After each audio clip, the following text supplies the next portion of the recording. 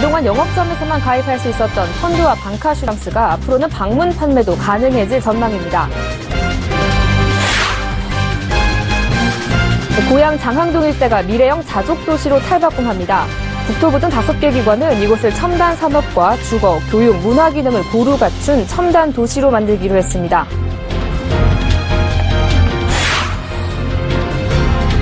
신동빈 롯데그룹 회장이 오늘 검찰에 피의자 신분으로 출석했습니다. 이로써 롯데그룹 비리 수사가 마무리 국면에 들어간 가운데 검찰의 사법처리 방향에 이목이 쏠리고 있습니다.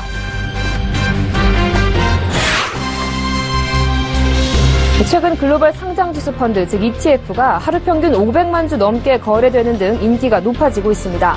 지지부진한 증시 흐름에 실망한 투자자들이 해외 ETF로 눈을 돌리고 있기 때문입니다. 자세한 내용은 잠시 후 투데이 포커스에서 알아봅니다.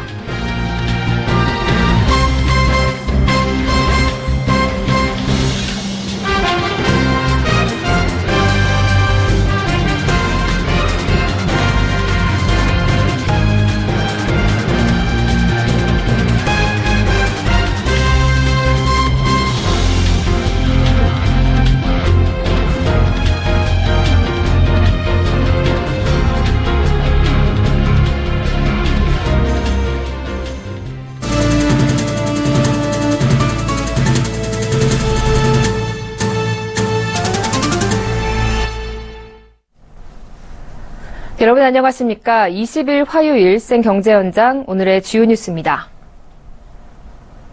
펀드나 방카슈랑스도 방문 판매가 가능한 시대가 열릴 전망입니다. IT 기술의 발달로 계좌 발급과 대출 등 대부분의 금융 서비스가 영업점 밖에서도 가능한 상황이지만 펀드와 방카슈랑스 판매는 그동안 방문 판매법에 가로막혀 있었는데요. 이 펀드 방문 판매 제한에 대한 개정안이 20대 국회에서 무난히 통과될 전망입니다. 보도에 정훈규 기자입니다. 지난달 더불어민주당 이종걸, 박용진 의원이 각각 발의한 방문판매법 개정안의 20대 국회 통과가 유력시되고 있습니다. 개정안은 금융투자 상품의 방문판매 허용을 주요 내용으로 하고 있습니다. 최근 소관위 접수를 끝마친 상태로 국정감사 이후 법안 심의가 이어질 예정입니다.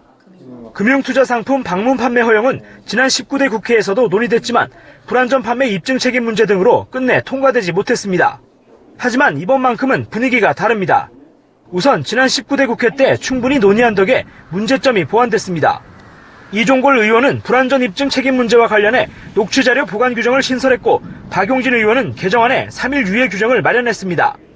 또 최근 모바일을 통한 금융서비스 이용이 일반화됐고 이에 대한 국민이해도 19대 국회 때보다 높아진 현실을 감안할 필요가 있다는 목소리가 나옵니다. 투자상품 방문 판매길이 열리면 그간 반쪽 영업에 그쳤던 은행권 태블릿 브랜치도 본격적으로 활성화될 전망입니다. 태블릿 PC 하나면 영업점과 같은 서비스가 가능하지만 그동안은 펀드와 방카슈랑스 판매에 전혀 활용하지 못했습니다. 현행 방판법상 14일 이내 구매자가 원할 경우 환불을 해줘야 하는데 시장 상황에 따라 가격이 변동되는 금융상품은 10일 이상 지난 뒤 원금을 돌려주는 것이 사실상 불가능하기 때문입니다. 시중은행의 한 관계자는 태블릿 브랜치를 통한 투자상품 판매는 기술적으로 이미 준비된 상태라고 밝혔습니다. 개정안이 통과되면 점포를 찾아오는 고객 중심이던 금융사 영업이 찾아가는 영업으로 변모할 것으로 기대됩니다. 서울경제TV 정훈규입니다. 국토교통부와 경기도, 한국토지주택공사 등 5개 기관이 일산 장항동 일대를 미래형 자족도시로 만드는 데 힘을 합치기로 했습니다. 앞으로 장항동은 첨단 산업과 주거, 교육, 문화 기능을 고루 갖춘 첨단 신도시가 될 전망입니다. 보도에 정창신 기자입니다. 행복주택 5,500가구가 들어설 예정인 일산 장항동이 미래형 자족도시로 탈바꿈합니다. 오늘 국토교통부와 경기도, 고양시, 한국토지주택공사, 경기도시공사 등 5개 기관은 경기도청에서 고양일산 신성장 거점 구축사업 협력을 위한 양해각서를 체결했습니다. 국토부 등 5개 기관은 장항동 지역을 첨단 산업과 주거, 교육, 문화 기능을 갖춘 미래형 자족도시로 조성한다는 방침입니다. 우선 LH는 이 지역 145만 제곱미터 부지에 행복주택과 업무시설 등 공공주택지구 개발에 속도를 낼 계획입니다. 경기도와 고양시는 경기 북부 신성장 산업 공간 마련을 위해 82만 제곱미터 규모의 일산 테크노밸리를 건립하기로 했습니다. 경기도와 경기도시공사는 총 170만 제곱미터 부지에 한류월드와 방송영상 콘텐츠밸리를 세워 문화관광 복합단지 등을 지을 예정입니다. 이처럼 개발 호재가 잇따르고 있는 장항동 일대는 지가와 집값 상승 등에 대한 주민들의 기대감이 커지고 있습니다.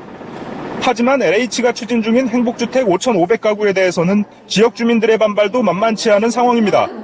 저소득층이 많이 살게 될 행복주택이 대규모로 조성되면 일반 분양 아파트가 들어서는 것에 비해 집값 상승 등에서 손해가 있을 것이란 우려에서입니다.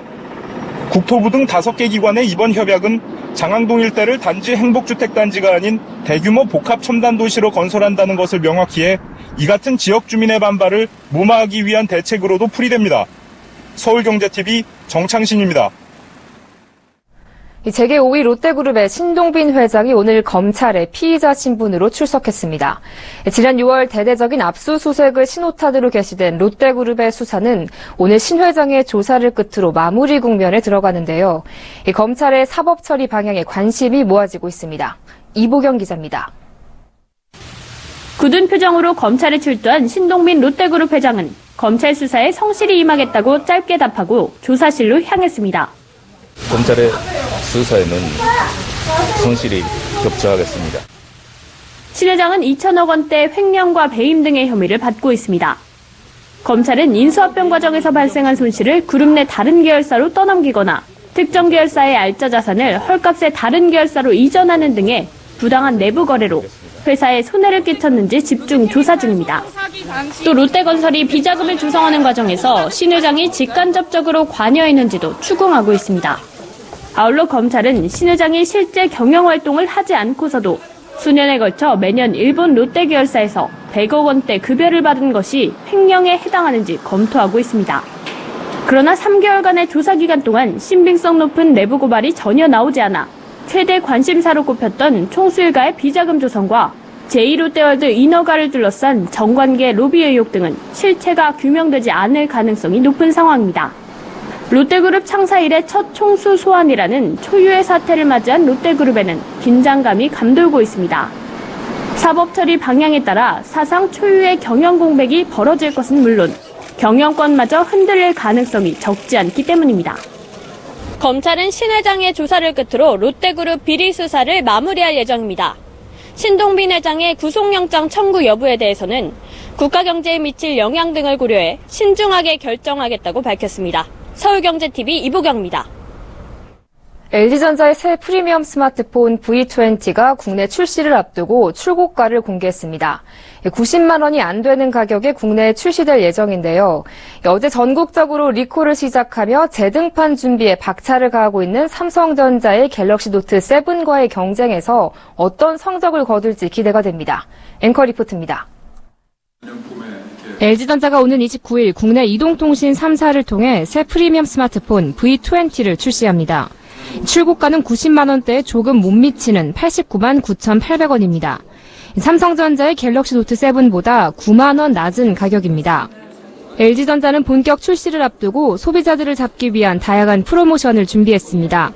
다음 달까지 V20를 사는 고객에게 LG 톤 플러스와 블루투스 스피커, 배터리팩을 할인된 가격으로 제공하고 통신사 제휴카드로 구매하면 최대 46만 원의 할인 혜택을 줍니다. 이 밖에도 멜론, 엠넷닷컴과 같은 음원 사이트를 2달간 무료로 이용할 수 있는 이용권 등을 증정하기로 했습니다. V20는 세계적 오디오 브랜드 뱅앤올룹슨 플레이와 협업해 차별화된 음질을 제공하고 세계 최초로 스마트폰의 전면과 후면에 광각 카메라를 넣은 것이 특징입니다. 대폭 강화된 오디오와 비디오 기능을 무기로 장착한 V20는 국내를 시작으로 순차적으로 글로벌 시장에도 공급될 예정입니다.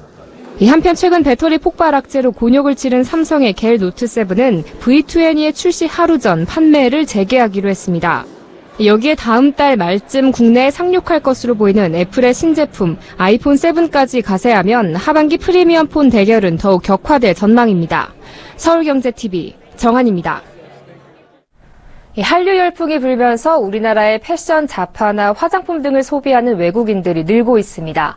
그중에서도 동남아시아 지역은 한류, K-팝 열풍의 진원지로 많은 젊은이들이 꾸준히 한국 제품을 선호하는데요. CJ 대한통운이 동남아 1위 전자상거래 기업인 라자다 그룹과 손잡고 이른바 역직구 상품에 대한 배송을 전담하기로 했습니다. 박미라 기자입니다. CJ 대한통운이 동남아시아 1위 전자상거래 기업인 라자다 그룹과 국제 특송 계약을 체결했습니다. 라자다 그룹 플랫폼을 통한 한국 제품의 역직구 물동량에 대한 전담 물류를 CJ 대한통운이 맡기로 한 겁니다. 라자다 그룹은 동남아시아 1위 전자상거래 업체로 동남아의 아마존으로 불리고 있습니다.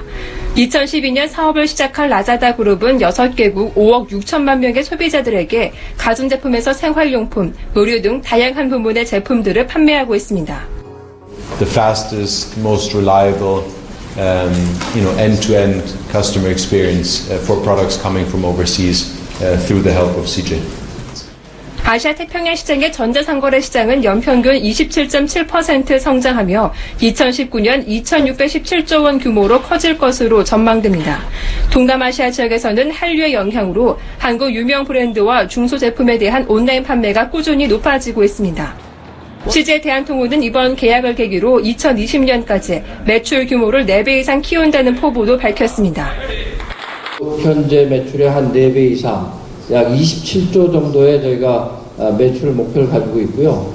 앞으로 동남아와 중국을 중심으로 한 M&A를 더 활발하게 하면서 2020년까지 글로벌 탑5 물류회사를 목표로 하는 CJ 대한통운이 동남아 시장을 발판으로 글로벌 기업으로 성장할 수 있을지 주목됩니다. 서울경제TV 박미라입니다. 온라인에서 이뤄지는 컴퓨터 게임 대회나 리그를 e스포츠라고 하는데요. 이 과거 스타크래프트 위주로 움직이던 e스포츠 시장이 최근에는 롤이라 불리는 리그 오브 레전드 등 온라인 게임들이 인기를 끌면서 부쩍 커졌습니다. 이에 온라인 게임을 생중계하는 게임 방송 산업이 급성장하면서 관련 수혜주에 관심이 쏠리고 있습니다. 양한나 기자가 보도합니다. 스타크래프트에 이어 리그 오브 레전드, 오버워치 등 세계 시장을 주름잡는 온라인 게임들이 인기를 끌면서 e스포츠 시장이 날로 성장하고 있습니다. 신한금융투자에 따르면 글로벌 e스포츠 시장 규모는 지난 2012년부터 내년까지 5년간 매년 29%의 성장세를 나타내며 13억 명에 이르던 시청자 수는 34억 명에 달할 것으로 예상됩니다. 내년 시장 규모는 47억 달러로 한화 약 5조 2,687억 원이 될 것으로 기대됩니다. e스포츠 시장의 성장세에 맞춰 수혜가 예상되는 산업은 인터넷 방송으로 대표적인 온라인 방송 플랫폼 아프리카TV가 주목받고 있습니다. 평소 아프리카TV의 온라인 방송 서비스 대다수는 게임에 집중돼 있습니다. 프로리그 중계를 하는가 하면 프로게이머 출신들이 직접 게임을 시연하고 노하우를 전수하는 등 콘텐츠도 다양해지고 있습니다. 리니지2의 신규 개설 방송에는 2만 5천 명의 시청자가 동시 접속해 150만 명의 누적 시청 횟수를 기록하기도 했습니다. 아프리카 TV의 전체 트래픽 중 60%가 이제 게임 방송 보러 오는 시청자들이거든요. e스포츠가 나오고 국내 국가대표 프로게이머들이 나오고 또 그런 경기 같은 게 열리면은 관련한 트래픽도 훨씬 늘어날 가능성이 높겠죠. 내년에는 모바일 동영상 광고나 이런 것들도 매출이 계속 좀 증가하지 않을까 이렇게. 내달부터 롤드컵이라 불리는 리그 오브 레전드 월드 챔피언십과 오버워치 월드컵 2016 등 세계적인 게임 대회가 차례로 개막을 앞두고 있습니다. 지난 2014년 롤드컵 결승전이 유료 관객 4만 명과 온라인 방송 시청자 2,700만 명을 기록한 바 있어 이번 대회에도 개인 방송을 포함한 e스포츠 시장이 뜨겁게 달아오를 것으로 기대됩니다. 서울경제TV 양한나입니다.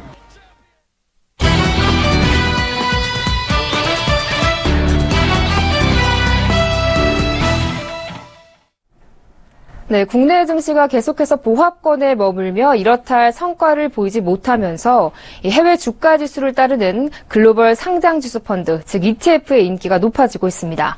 현재 상장된 해외 ETF의 일평균 거래량은 500만 주가 넘고 거래대금 기준으로도 450억 원이 넘습니다.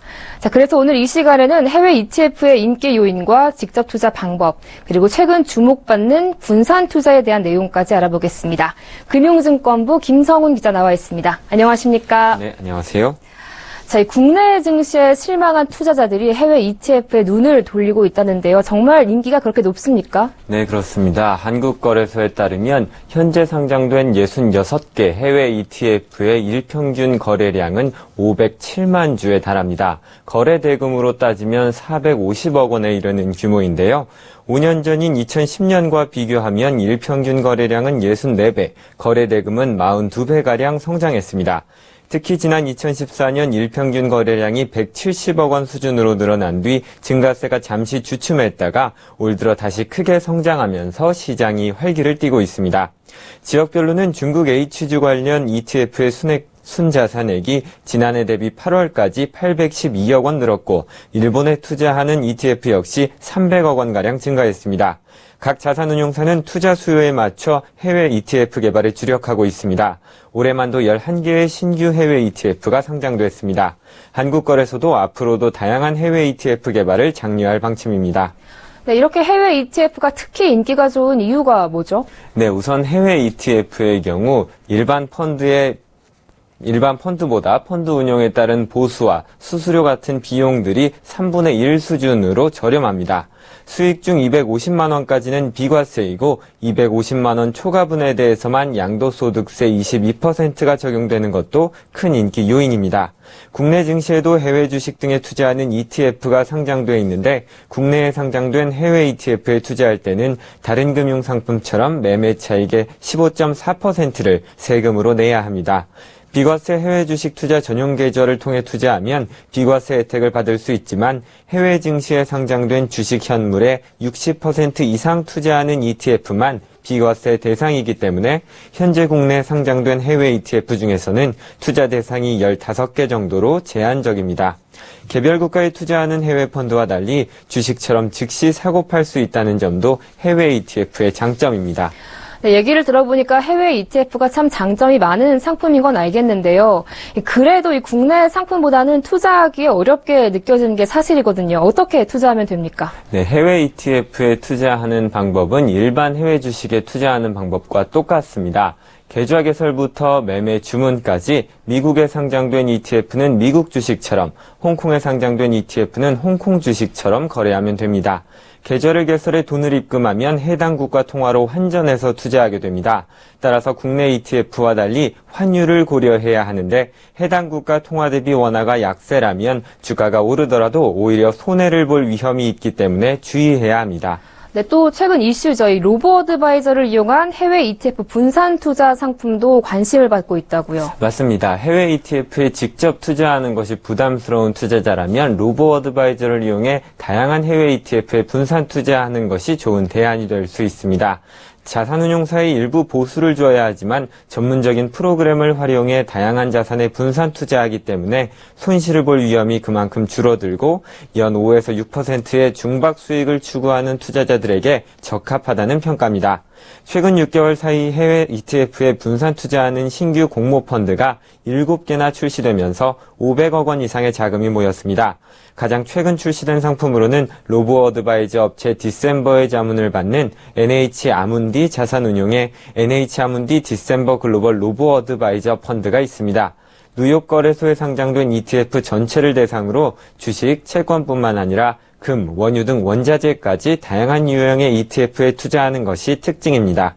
로보어드바이저 업체 쿼터백과 키움 투자자산운용이 손잡고 만든 키움 쿼터백 글로벌 로보어드바이저도 최근 3개월 수익률 2.65%로 순항하며 투자자들의 관심을 받고 있습니다. 네, 국내 증시의 부진으로 최근 인기를 얻고 있는 해외 ETF에 대해서 알아봤습니다. 지금까지 금융증권부 김성훈 기자와 함께했습니다. 오늘 말씀 잘 들었습니다. 고맙습니다. 고맙습니다.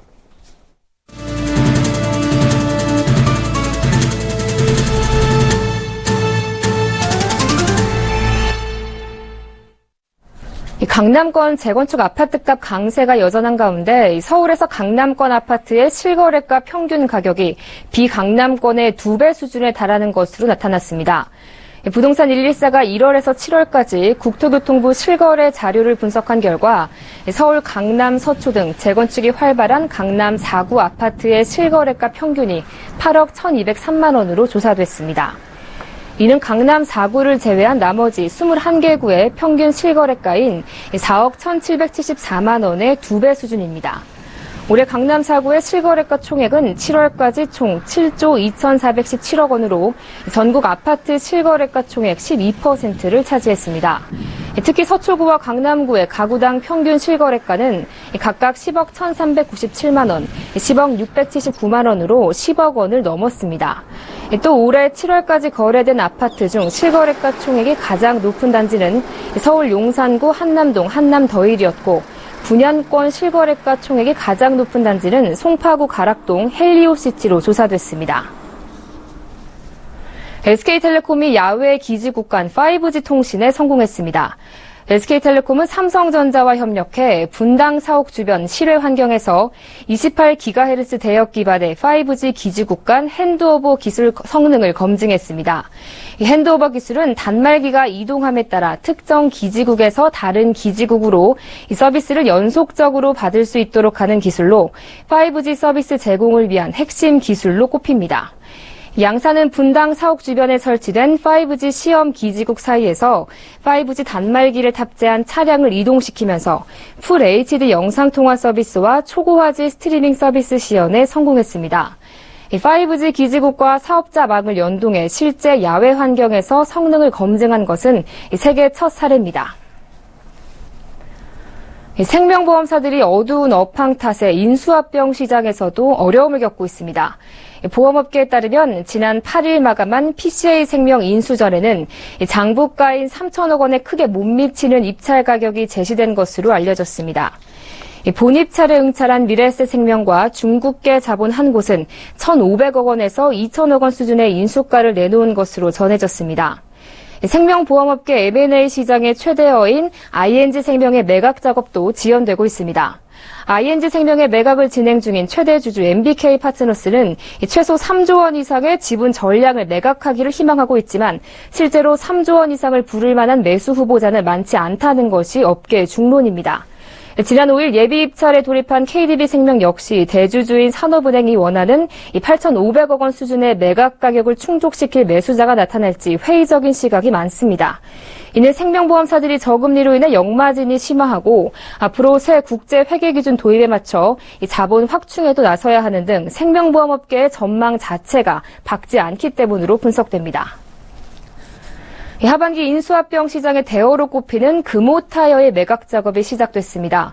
산업은행 등 금호타이어 채권단은 오늘 매각 주관사인 크레디트 스위스를 통해 금호타이어 지분을 공개 경쟁 입찰 방식으로 매각한다고 공고했습니다. 투자자들로부터 인수 의향서를 받고 나면 11월 예비 입찰을 거쳐 내년 1월께 본입찰이 진행될 것으로 예상됩니다. 단계별 일정이 다소 지연되더라도 내년 상반기 중에는 우선 협상 대상자가 선정될 것으로 보입니다. 이번에 매각하는 지분은 2009년 워크아웃에 들어간 이후 채권단이 보유한 약 6,600만 주로 지분율로는 42% 수준입니다. 시가로는 약 7,500억 원인데 시장에서는 경영권 프리미엄을 얹어 매각 가격이 1조 원 이상을 전망하고 있습니다. 금호타이어는 매출액을 기준으로 국내 2위, 세계 12위 타이어 업체로 자동차 관련 글로벌 기업들이 이번 인수전에 적극적으로 나설 것으로 관측됩니다. 특히 우선 매수 청구권을 보유한 박삼구 금호아시아나그룹 회장이 그룹 재건을 위해 인수전에 뛰어들지 여부도 초미의 관심사가 되고 있습니다.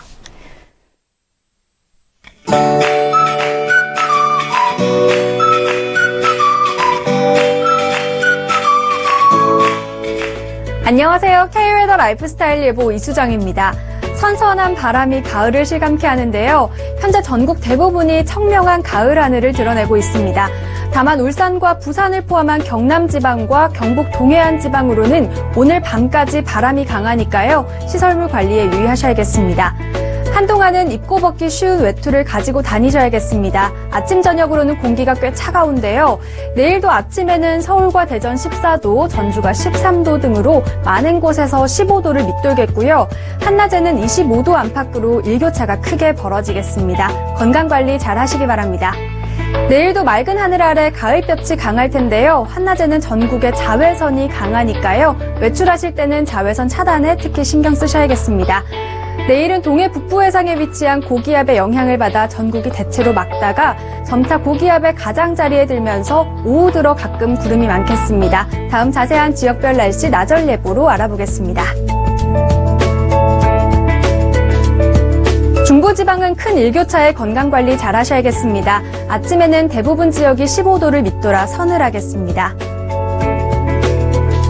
동해 동해안 지방은 한낮에도 기온이 낮겠습니다. 낮 최고 기온 속초 22도, 울진 21도에 머물겠습니다.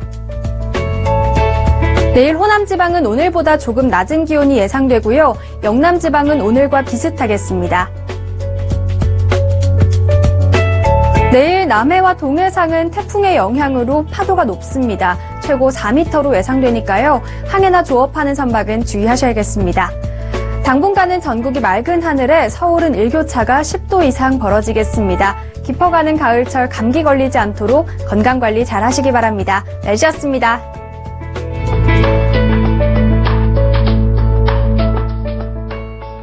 네, 생 경제 현장 오늘 준비한 소식 여기까지입니다. 시청해주신 여러분 고맙습니다.